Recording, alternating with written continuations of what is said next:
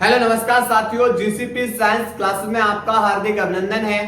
आशा कर रहे हैं कि आप लोगों की बोर्ड एग्जाम की तैयारी अच्छी चल रही होगी और हम उम्मीद करते हैं कि आप लोगों से बेटा कि इस तरीके से मेहनत करिए कि आप लोगों का जो रिजल्ट हो वो देखने लायक हो। और जैसा कि बेटा हम लोग चैप्टर नंबर 4 का अध्ययन कर रहे हैं फिजिक्स के अंदर, और इसके अंदर हमने लास्ट लेक्चर के अंदर पढ़ा था वायो-सैवर्ट के नियम के अनुप्रयोग के बारे में। और आज की क्लास के अंदर फिर से महत्वपूर्ण टॉपिक है और वह एम्पियर का परपथीय नियम। वायो-सैवर्ट के नियम के दो अनुप्रयोग पढ़ाए थे। एक सीधे तार के कारण बेटा उत्पन्न चुंबकीय क्षेत्र। तो सीधे तार के कारण जो उत्पन्न चुंबकीय क्षेत्र है उसके लिए फॉर्मूला होता है B बराबर म्यू 0/4 पाई 2I अपॉन R। हमने वहां पर R की जगह बेटा किसको रख दिया था? X को। ठीक है।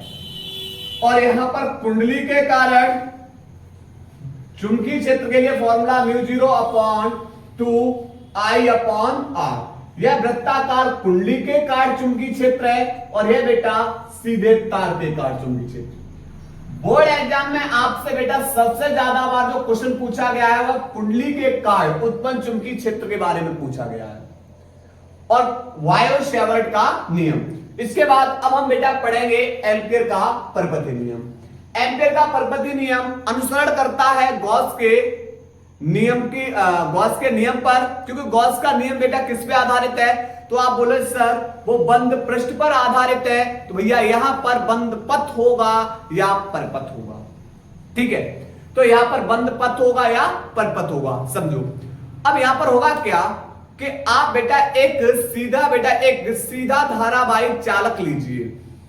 सीधा धारावाही चालक लोगे और इस चालक में आप बेटा जब धारा प्रवाहित करोगे तो आप बोलोगे सर इसके चारों ओर चुंबकीय क्षेत्र उत्पन्न हो जाएगा। कौन उत्पन्न हो जाएगा? चुंबकीय क्षेत्र। अब चूंकि यह बेटा किस पर आधारित है? बंद पथ पर, तो बेटा इसका जो पथ बनेगा वह पथ भी बेटा कैसा बनेगा? चुंबकीय क्षेत्र के अंदिश। यानी जिधर बेटा चुंबकीय क्षेत्र होगा यही बेटा इसका क्या हो जाएगा? पथ। यही इसका क्या होता जाएगा? पथ। इस तरीके से बढ़ता जाएगा। क्लियर? समझो। तो यहां पर सबसे पहले बेटा क्या करेंगे? एक तार लेंगे। मान लिया एक सीधा तार AB है और जब इसमें बेटा हम धारा I प्रवाहित कर रहे हैं तो इसके चारों ओर कौन उत्पन्न हो जाता है? चुंबकीय क्षेत्र। यह चुंबकीय क्षेत्र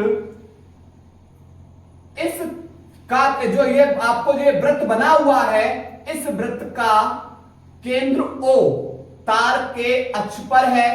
इस वृत्त का केंद्र O तार के बेटा क्या अक्ष पर है और केंद्र O से R दूरी पर बेटा कौन उत्पन्न हो रहा है? चुंबकीय क्षेत्र। जो किसके अंदिश? पथ के अंदिश। चुंबकीय क्षेत्र बेटा किसके अंदिश हो रहा है? पथ के अंदिश। कुछ इस तरीके से। ठीक। जब तार में आप बेटा धारा को नीचे से ऊपर प्रवाहित कर रहे हो। ठीक है। अब कहानी आ रही है पथ के अंदिश चुंबकीय क्षेत्र उत्पन्न हो रहा है। अब स्टेटमेंट क्या बोल रहा है? इसका जो भैया कथन है वो कथन क्या बोल रहा है? कथन बोल रहा है कि किसी बंद पथ या परपथ के अंदिश, बंद पथ, पूरे पथ की लंबाई बेटा क्या है? L है। पूरे पथ की लंबाई हमने क्या मान ली? L है। पथ की पूरी दूरी बेटा क्या है? L। जब यहां से यहां पूरा घूम के यहां आ जाओगे दूरी कितनी तय कर लोगे? L। अब आप बोलो सर ये वृत्ताकार रूप में है तो यही बेटा पथ क्या बन जाता है? परिधि। वृत्ताकार पथ के रूप में है तो यही क्या बन जाएगा? परिधि बन जाता है। और परिधि बराबर भैया क्या होता है? परिधि बराबर होता है 2 पाई, या स्मॉल r है तो यहाँ स्मॉल r। यहां तक कहानी क्लियर? बेटा जो पथ है वृत्ताकार पथ है, जब आप पूरा एक पथ का राउंड लगा लोगे तो ये बेटा परिधि बन जाएगी और यही परिधि बेटा क्या होती है? 2 पाई r। अब होगा क्या? अब स्टेटमेंट क्या बोल रहा है? स्टेटमेंट जो कथन बोल रहा है वो बोल रहा है कि किसी बंद पथ या परपथ, बंद पथ या परपथ, बेटा इस पथ का हमने अल्पांश भाग ले लिया। बंद पथ या परपथ के अंदिश कौन? चुंबकीय क्षेत्र। पथ के अंदिश मतलब बिल्कुल समांतर, पथ के अंदिश चुंबकीय क्षेत्र का रेखीय समाकलन, ये रेखीय समाकलन का संकेत हो गया। उस पथ द्वारा घिरी जो नेट धारा होगी उसका म्यू नॉट गुना होता है। क्या बताया हमने बताया किसी बंद पथ या परिपथ के अंदिश चुंबकीय क्षेत्र के रेखीय समाकलन का मान उस पथ द्वारा घिरी नेट धारा का म्यू नॉट गुना होता है। ठीक है, चलो अब लिखते हैं इसकी परिभाषा। क्या लिख रहे हैं? परिभाषा लिखेंगे इस नियम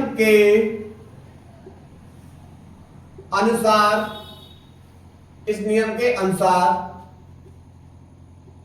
किसी बंद पथ या परिपथ के अनुदिश चुंबकीय क्षेत्र के रेखीय समाकलन का मान उस पथ द्वारा घिरी नेट धारा I के मान का म्यू नॉट गुना होता है। क्लियर? अब मैं बात कर रहा हूं भाई, ये तो चलो ये स्टेटमेंट हो गया इसका। अब बात करें भाई, इसको सिद्ध करो। इसकी क्या करिए भाई? उपपत्ति। इसकी क्या करिए? उपपत्ति करिए, दिखाओ, इसको प्रूफ करिए। चलिए प्रूफ कर रहे हैं। सबसे पहले आप बोलोगे कि सर यहां जो एक सबसे पहले हमें एक चीज दिखाई दे रही है कि ये जो सीधा तार है, इस सीधे तार के कारण, सीधे तार के कारण उत्पन्न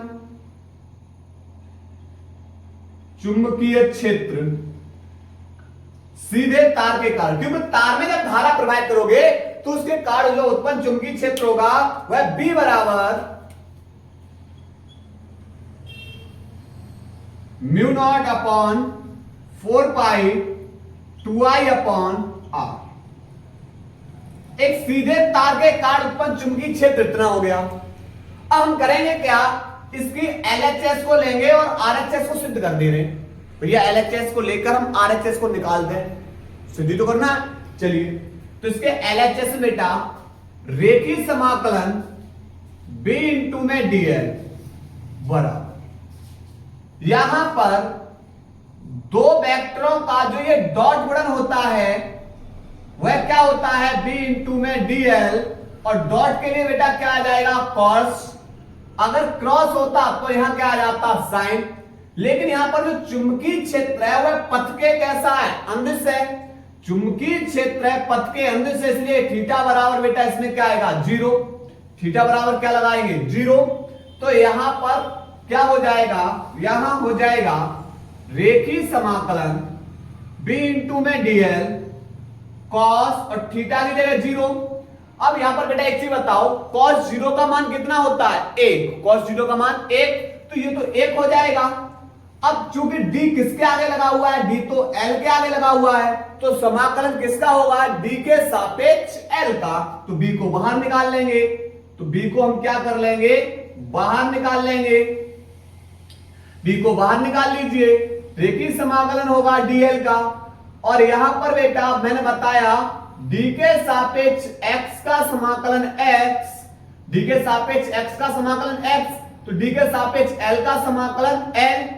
अब एक चीज बताइए, B क्या है? B हमारा सीधे तार के कारण, सीधे तारा भाई तार के कारण जो चुंबकीय क्षेत्र है वह, तो इसका B का मान उठाओ, यहां लगा दीजिए, तो म्यू 0 अपॉन 4 पाई 2I अपॉन R एल क्या है? एल बोलोगे सर ये तो पर्दी है, और पर्दी है तो पर्दी बराबर क्या लगाओगे? 2 पाई आर। पर्दी बराबर क्या लगाओगे? पर्दी बराबर लगाओगे 2 पाई आर। जो कटे पिटे उसे काट दीजिए। तो यहां से देखा गया कि भाई 4 पाई से 2 दूनी 4 पाई कैंसिल, आर से आर कैंसिल, तो बचेगा यहां पर रेखीय समाकलन b इंटू में dl बराबर, यहां बचेगा म्यू नॉट और इंटू में आई। मतलब बेटा हमने LHS को लेकर RHS को निकाल दिया, LHS को लेकर हमने किसको निकाल दिया? RHS को। और यही बेटा क्या हुआ? इति सिद्धम। भाई इसी को हमें सिद्ध करना था, ठीक। तो आप बेटा यहां पर उत्पत्ति ये कंप्लीट हो चुकी, ठीक है। ध्यान से अब देखो, सबसे पहले इसके बारे में थोड़ा सा लिख लेते हैं। लिखेंगे माना ए भी एक सीधा धारावाही चालक है जिसमें धारा आई प्रवाहित की जाती है। माना स्मॉल आर त्रिज्या का एक वृत्त है जिसका केंद्र O तार के अक्ष पर स्थित है। तब सीधे धारावाही तार के कारण उत्पन्न चुंबकीय क्षेत्र, सीधे धारावाही तार के कारण उत्पन्न चुंबकीय क्षेत्र, धारावाही तार के कारण उत्पन्न चुंबकीय क्षेत्र, ठीक है। तो ये तो बेटा हमारा एम्पियर का परपथी नियम हो गया। अब हम बेटा पढ़ने वाले हैं एम्पियर के परपथी नियम के अनुप्रयोग को। क्लियर? तो नोट करिए बेटा इसको। इसके बाद बेटा हम लोग अध्ययन करने वाले हैं एम्पियर के नियम के अनुप्रयोग का। इसमें पहला बेटा जो अनुप्रयोग पढ़ने वाले हैं वह पढ़ने वाले हैं अनंत लंबाई के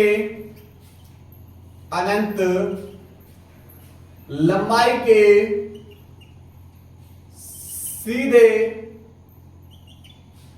धारावाही चालक के कारण उत्पन्न चुंबकीय क्षेत्र, यानी अनंत लंबाई के सीधे धारावाही चालक के कारण उत्पन्न चुंबकीय क्षेत्र। इसको बेटा इसके सूत्र की हमने गणना वायोट-सावर्त के नियम के अनुप्रयोग में भी पढ़ा था। और यहां किसके अब हम लोग कहां पढ़ रहे हैं? अब हम लोग बेटा एम्पियर के परपथीय नियम में भी पढ़ रहे हैं। तो क्वेश्चंस को पहले पढ़ना है भाई कि हमने पूछा किसके आधार पे है, वायोट-सावर्त के नियम के आधार पे या एम्पियर के परपथीय नियम के आधार पे। अब समझिए, सबसे पहले आप बेटा एक सीधा धारावाही चालक तार AB लेंगे, ठीक है। माना इसमें धारा बेटा नीचे से ऊपर की ओर प्रवाहित हो रही है, तो जैसे तार में धारा प्रवाहित होगी तो इसके चारों ओर कौन उत्पन्न हो जाएगा? चुंबकीय क्षेत्र। कौन उत्पन्न हो जाएगा? चुंबकीय क्षेत्र।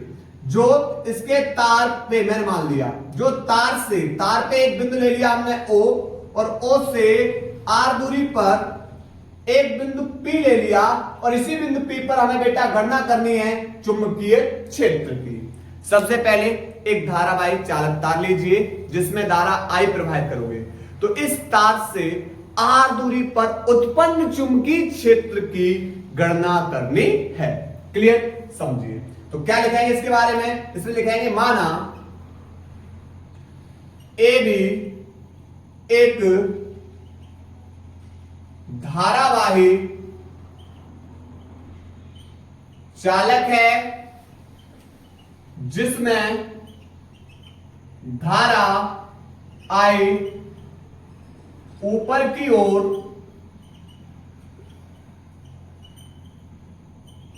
प्रवाहित हो रही है। तार से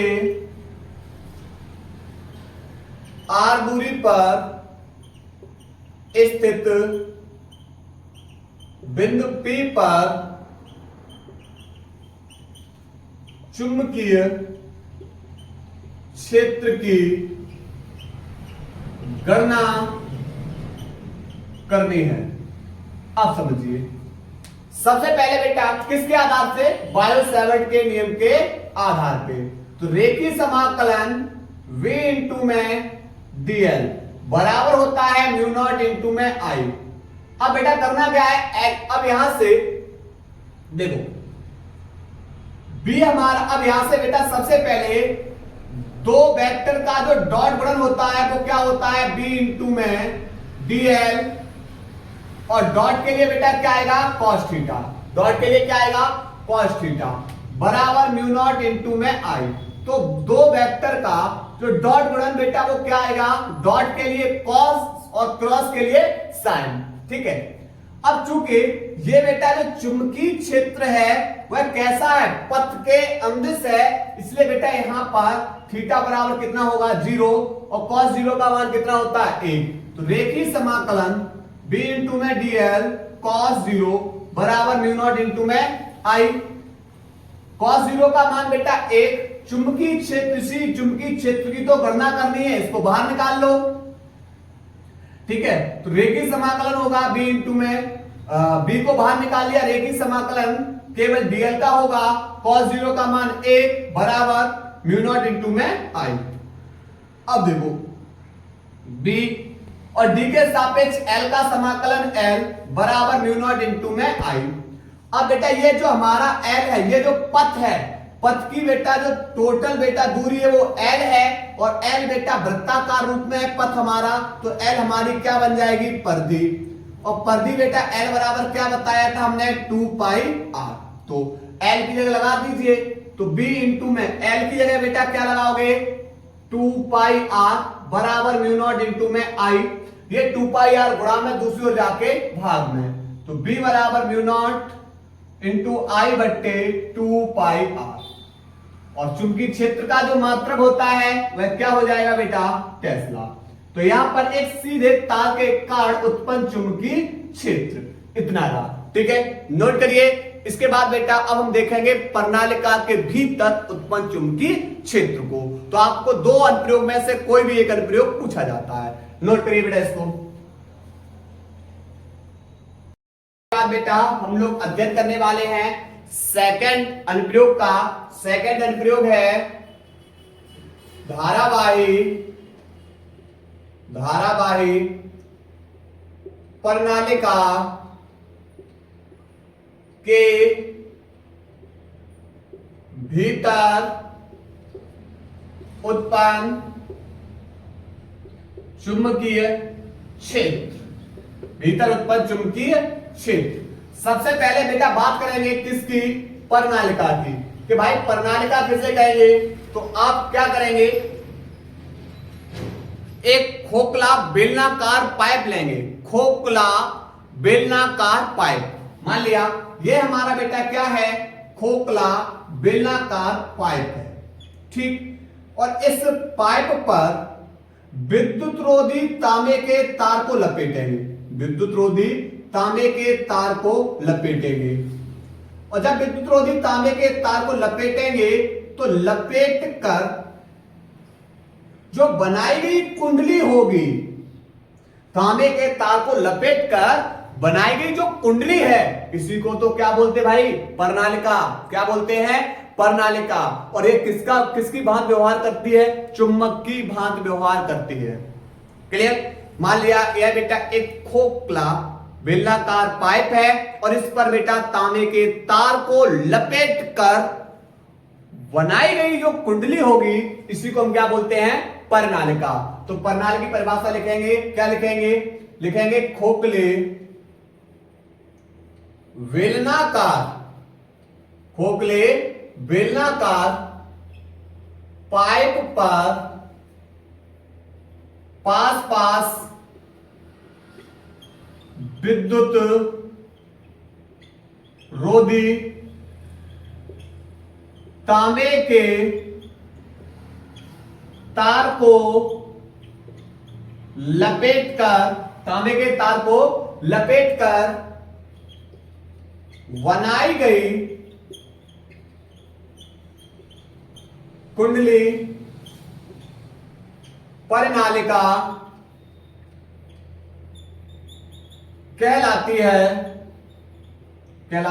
है जब इसमें धारा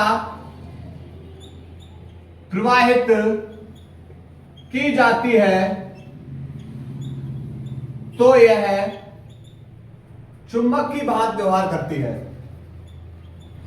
चुंबक की भांति व्यवहार करती है। क्लियर? चलिए अब बात करेंगे कि भाई इस प्रणालिका की मैंने मान लिया लंबाई L है, माना प्रणालिका की जो लंबाई है मैंने मान लिया L है, और तार पर जो यहां पर तार पर लिपटी हुई जो विद्युत रोधी पाइप पर तार जो लिपटा हुआ है उसमें बेटा फेरों की संख्या कितनी है? N है। अब मैं क्या करूंगा, इसके सिरों पर जैसे विद्युत वाहक बल लगाया विभवांतर, ये प्लस टर्मिनल ये माइनस टर्मिनल, तो प्लस टर्मिनल से बेटा धारा क्या होगी? निकलेगी। अब धारा बेटा एक बार इसमें तार में ऊपर की ओर जाएगी, फिर नीचे, फिर ऊपर, फिर नीचे। कुछ कहानी बेटा तार में, जब तार बेटा इस तरीके से, कहानी समझिए कि यहां से कुछ ये है, मान लिया यह एक खोखला बेलनाकार पाइप है और इस पर बेटा आप तांबे के तार को लपेट रहे हो, और तार के बेटा कितने, मान लिया प्रणालिका की लंबाई L है और इस पर जो तार के फेरों की संख्या जो लपेट कर बेटा यहां पर लपेटे गए तार हैं, इसमें जो फेरों की संख्या है बेटा वो कितनी है? N है। ठीक है, फेरों की संख्या कितनी है बेटा? N है। ठीक इस तरीके से अब करना क्या है, जैसे हमने इसके सिरों पर विद्युत वाहक बल लगाया तो यहां पर मान लिया इधर प्लस टर्मिनल है, इधर माइनस टर्मिनल है, इसको माइनस टर्मिनल से जोड़ दिया, इसको प्लस टर्मिनल से जोड़ दिया, तो भैया प्लस टर्मिनल से धारा प्रवाहित होगी कुछ इस तरीके से। अब होगा क्या भैया, तार में धारा एक बार तो बेटा ऊपर की ओर आएगी, तार में धारा एक बार ऊपर की ओर आएगी, फिर धारा नीचे जाएगी, फिर बेटा ऊपर, फिर नीचे, फिर ऊपर, इस तरीके से हो, और अंतिम सिरे से बेटा तार से धारा नीचे की ओर। अब होगा क्या कि जब तार में धारा ऊपर जा रही है तब चुंबकीय बल रेखाएं किधर होंगी? जब तार में धारा नीचे जा रही है तब चुंबकीय बल रेखाएं किधर होंगी?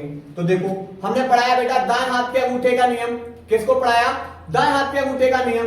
तो बेटा यहां पर जब तार में धारा ऊपर की ओर प्रवाहित हो रही तो अंगूठा धारा की दिशा में तार पर लिपटी हुई उंगलियां बताएंगी चुंबकीय बल रेखाओं की दिशा, यानी कुछ इस तरीके से, क्यों इस तरीके से बेटा प्रवेश कर रहे हैं और इस तरीके से निकल रहे हैं। ये बेटा किसकी कहानी होगी? चुंबकीय बल रेखाओं की दिशा। इसी प्रकार जब तार में धारा नीचे प्रवाहित हो रही है, अंगूठा धारा की दिशा में, तार पर लिपटी हुई उंगलियां चुंबकीय बल रेखाओं की दिशा, कुछ इस तरीके से।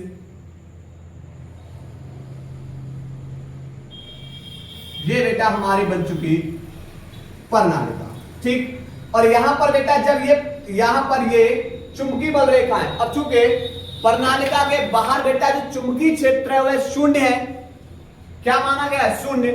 अब यहां पर ये वैद्युत बल रेखा बेटा दूर दूर हटती जाएंगी और एक स्थिति ऐसी आएगी जब ये जे इसकी बेटा यहां पर जब ये वैद्युत बल रेखाएं आपस में मिलेंगी तो मिलने के बाद बेटा क्या बन जाएगा? एक सीधी सरल रेखा बना देती है, अर्थात ये बेटा चुंबकीय क्षेत्र हो जाएगा।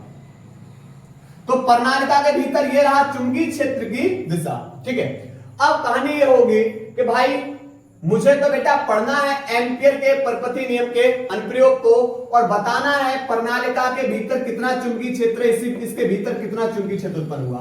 चलिए, तो यहां पर इस चित्र को यहां संशोधन कर रहा हूं थोड़ा सा। ठीक, यहां पर ये रही प्रणालिका की लंबाई, मान लिया L है। यह बेटा इसका क्या है, ये रही चुंबकीय क्षेत्र की दिशा। चुंबकीय क्षेत्र बेटा इस दिशा में, ठीक है। लेकिन यहां पर क्या होगा कि हम एम्पियर के परपति नियम के प्रयोग कर रहे हैं, तो एम्पियर का परपति नियम किस पे आधारित है, बंद पथ या परपथ पे। तो यहां पर बेटा इस पर एक, इस प्रणालिका के भीतर बेटा यहां पर एक हम पथ को लेंगे, बंद पथ, ठीक। कौन सा लेंगे, A B C D। पूरी प्रणालिका की लंबाई बेटा L है, लेकिन इसका हमने सूक्ष्म खंड लिया। कितना लिया, सूक्ष्म खंड, अल्पांश पथ लिया हुआ है। और पथ को बेटा किससे लिखा, L से, तो इसका ये अल्पांश बेटा क्या हो जाएगा, DL। ये वाला अल्पांश पथ DL, ये वाला अल्पांश पथ DL, ये वाला अल्पांश पथ बेटा DL। तो L के आगे हमने क्या लगा दिया, D। ये हमने बेटा बंद पथ लिया। क्या लिया, बंद पथ। और इस बंद पथ के अंदर हमें देखना है चुंबकीय क्षेत्र का रेखीय समाकलन। बंद पथ के अंदर किसको देखना है, चुंबकीय क्षेत्र का रेखीय समाकलन। तो लिखेंगे आयत या आयताकार ABCD के अंदिश चुंबकीय क्षेत्र का रेखीय समाकलन। रेखीय समाकलन B इंटू में DL, ठीक है। इधर लिख दे रहा हूं, इसको नीचे लिख रहा हूं, यहां पर, यहां से लिख रहा हूं, रेखीय समाकलन B इंटू में DL। क्योंकि पथ के अंदिश देखना है हमें चुंबकीय क्षेत्र, ठीक है। अब बेटा यहां पर ABCD बराबर, सबसे पहले हम बेटा कहां से कहां तक देखेंगे चुंबकीय क्षेत्र, रेखीय समाकलन A से B तक। पथ के अंदिश चुंबकीय क्षेत्र बेटा कहां से कहां तक देखेंगे, पथ के अंदिश चुंबकीय क्षेत्र A से B तक देखेंगे, फिर देखेंगे B से C तक। तो रेखीय समाकलन B से C तक किसका, पथ के अंदिश चुंबकीय क्षेत्र का। फिर बेटा रेखीय समाकलन कहां से कहां तक करेंगे, पथ के अंदिश चुंबकीय क्षेत्र का रेखीय समाकलन करेंगे C से D तक, C से D तक, V इंटू में DL। उसके बाद फिर कहां से कहां तक देखेंगे बेटा, फिर D से A तक पथ के अंदिश चुंबकीय क्षेत्र का रेखीय समाकलन। D से A तक चुंबकीय क्षेत्र का रेखीय समाकलन। अब इनके सूक्ष्म खंडों में बेटा हम क्या देख लेंगे, चुंबकीय क्षेत्र का रेखीय समाकलन। और मुझे इस पूरे पथ में बताना है, तो आप क्या करना है, इन सबको क्या कर देना है, जोड़ देना। इन सबको क्या कर देना, जोड़ देना। चलिए, तो रेखीय समाकलन A से B तक, जो वेक्टर हटाओ और डॉट है, डॉट के लिए क्या ले आओ, कॉस। डॉट के लिए क्या ले आओ, कॉस। तो B इंटू में DL cos theta, plus B से C तक V इंटू में DL cos theta, plus C से D तक B इंटू में DL cos theta, plus D से A तक B इंटू में DL कॉस थीटा।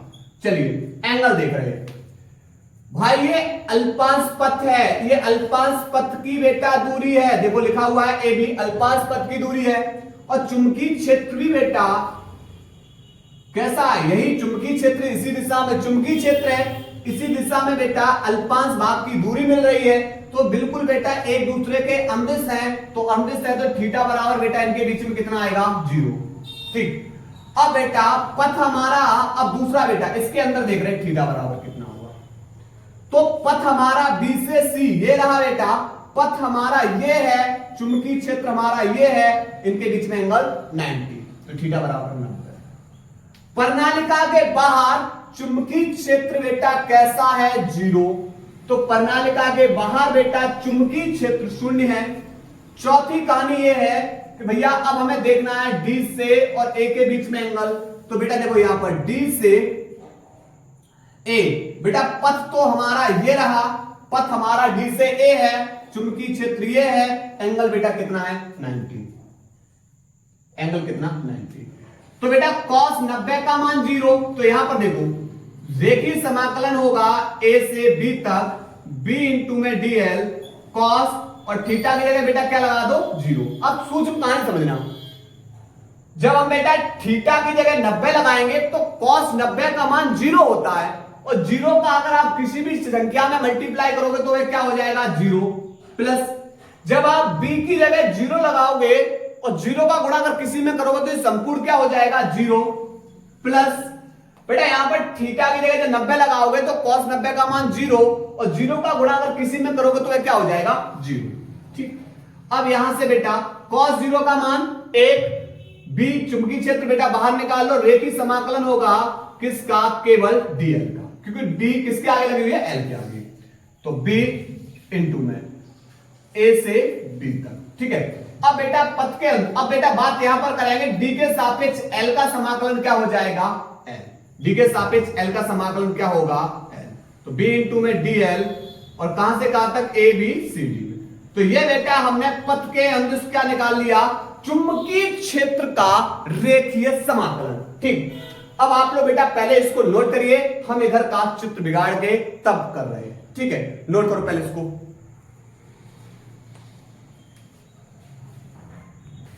देखिए बेटा इसको हम इधर कर रहे हैं। ठीक है, तो अब यहां से अब लगाएंगे किसका नियम, एम्पियर का परपथीय नियम। एम्पियर का परपथीय नियम क्या है, रेखीय समाकलन v इंटू में dl कहां से कहां तक a b c d बराबर होगा किसके म्यू नॉट इंटू में i के, म्यू नॉट इंटू में i के। तो लेकिन यहां पर b इंटू में dl आपने निकाला है, क्या निकाला है b इंटू में l, रेखीय समाकलन b इंटू में dl का आपने क्या निकाला है, तो आप बोलोगे सर b इंटू में l निकाल लिया है, बराबर म्यू नॉट इंटू में i।